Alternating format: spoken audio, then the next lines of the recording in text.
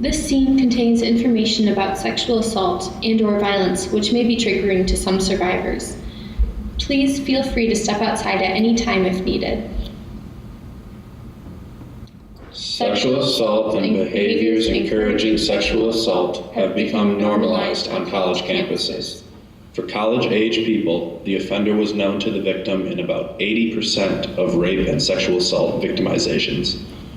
Rape and sexual assault of students are more likely than non-students to go unreported to police. And 1 in 4 girls and 1 in 6 boys will be sexually assaulted by the age of 18. On a campus the size of 10,000 students, such as UW-La Crosse, approximately 1,500 students will be sexually assaulted every academic year. In 2014, only 19 incidences were reported.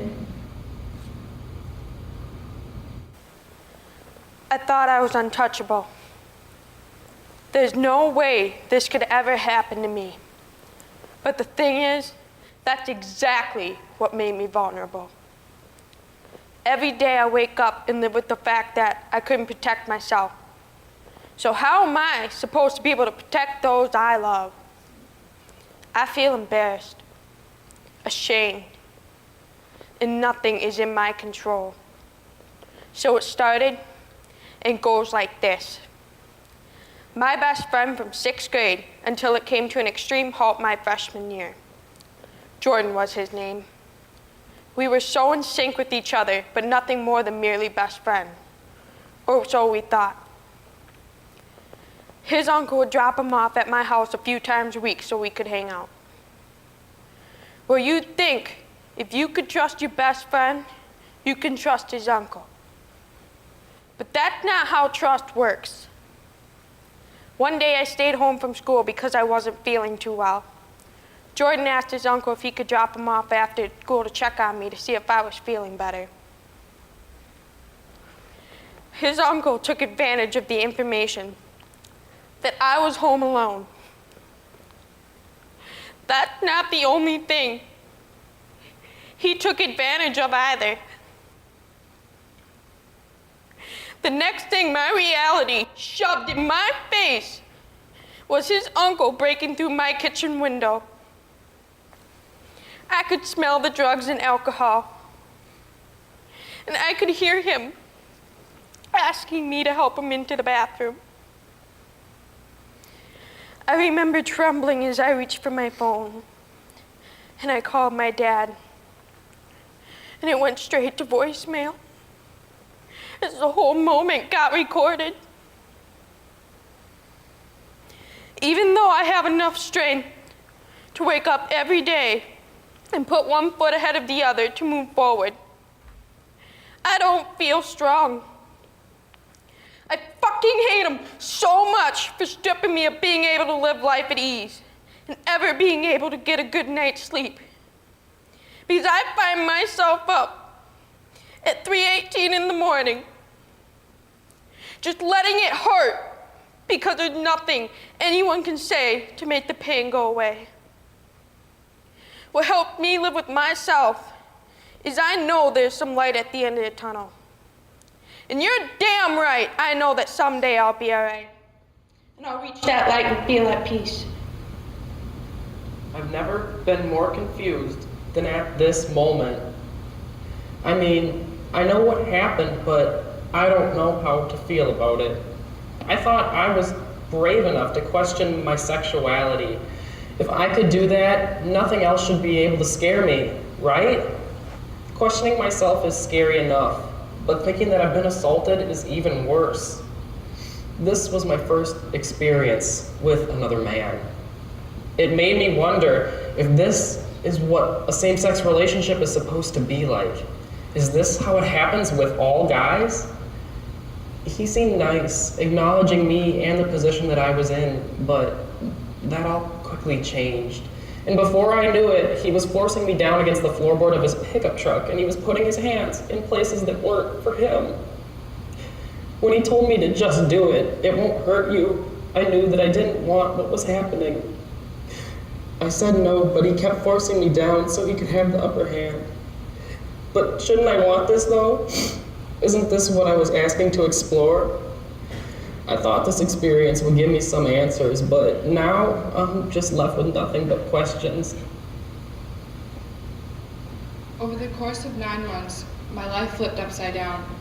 I never expected that I would become a victim, especially not at age 15. I had heard of abusive relationships before, but preparing myself for being involved in one was far from mine. It never even occurred to me that I could be manipulated, so I let my guard down. He was older. I thought he would be the one to keep me safe, not be the one to inflict harm on me.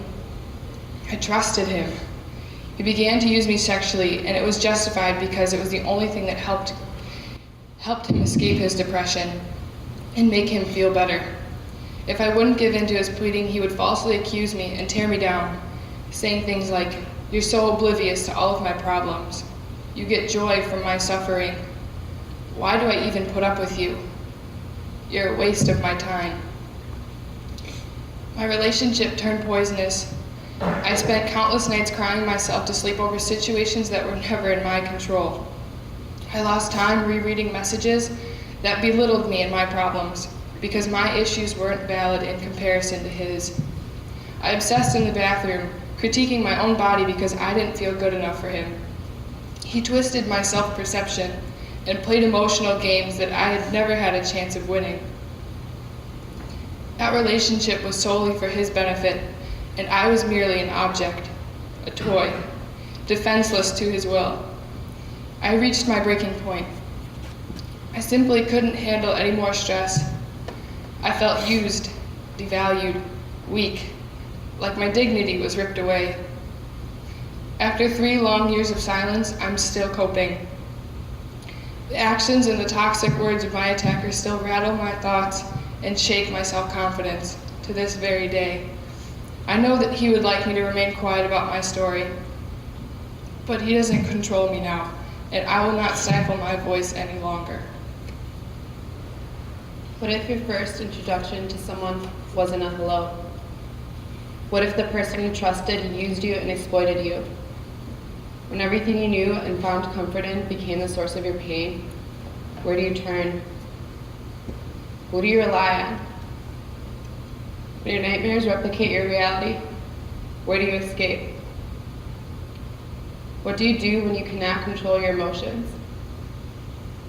What do you do when the institution believes in apologies to compensate the lack of appropriate repercussions given to the perpetrator instead of supporting and seeing you as a human that mattered and was violated? Outdated and unclear definitions fail to fully encompass distinct violations. The only option presented to you after relentless attempts to seek justice result in a deflation of hope.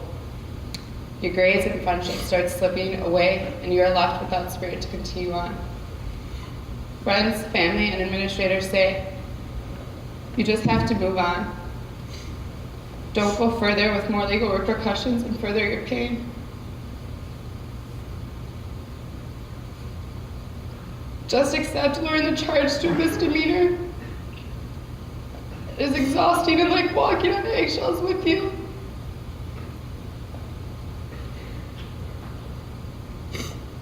I'm sorry this doesn't feel like this is enough.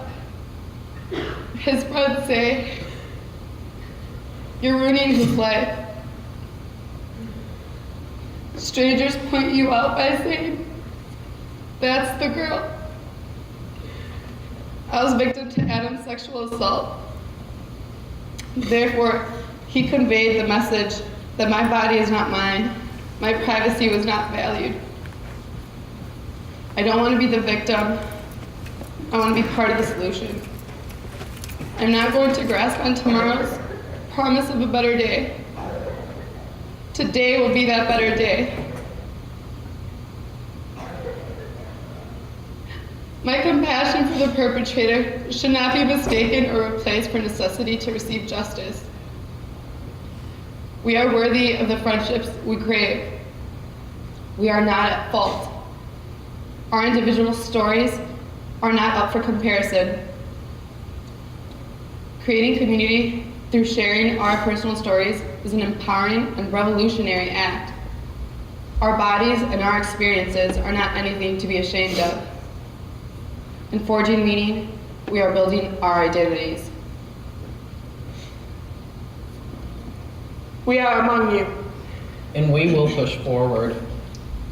We may be hidden behind the shame and the guilt. But we are the difference.